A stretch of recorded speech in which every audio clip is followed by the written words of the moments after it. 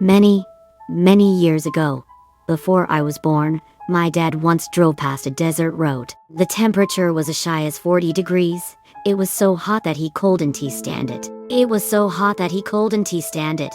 When he was so hot, he found someone on the side of the road who wanted to take a ride.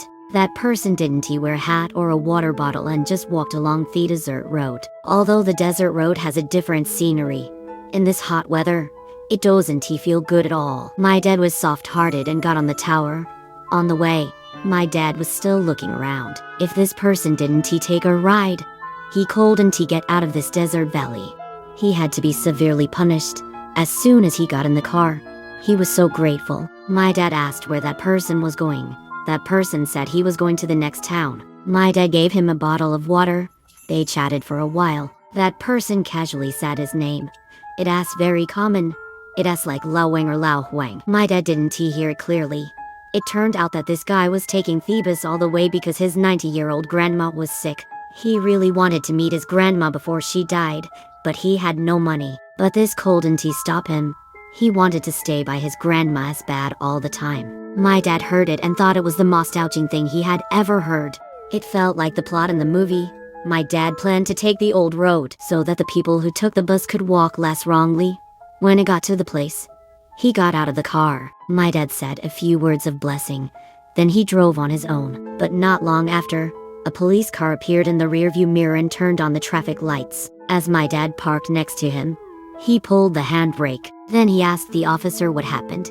The officer didn't say anything. He just asked to see the driver's license. He checked it very carefully. He even asked my dad to get out of the car. The police searched the car. Then they went over and asked my dad if he had pulled a car. My dad said eyes. The police asked the driver's name again. My dad said he didn't remember it clearly. His name was Wanger Huang. It is a very common name. Then the police took out a photo and let my dad recognize it. Unexpectedly, the man in the photo was the guy who just took the bus. When my dad nodded to confirm, the police told him to take him to the nearest police station to make a record. It turned out that the guy was not a good investigator. He didn't go to visit his grandma at all. But a murderer who was on the run.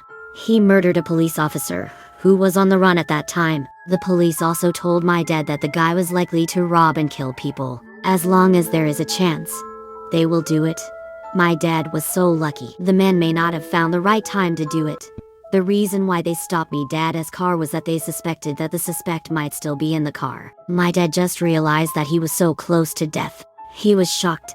He was only in his 20s at that time. He was naive and stupid. He also claimed to be kind and brave. He just let people get in the car so casually. This thing really changed my dad's view of people completely. It made him more cautious. I thought about it later. It is good that my dad can be so cautious.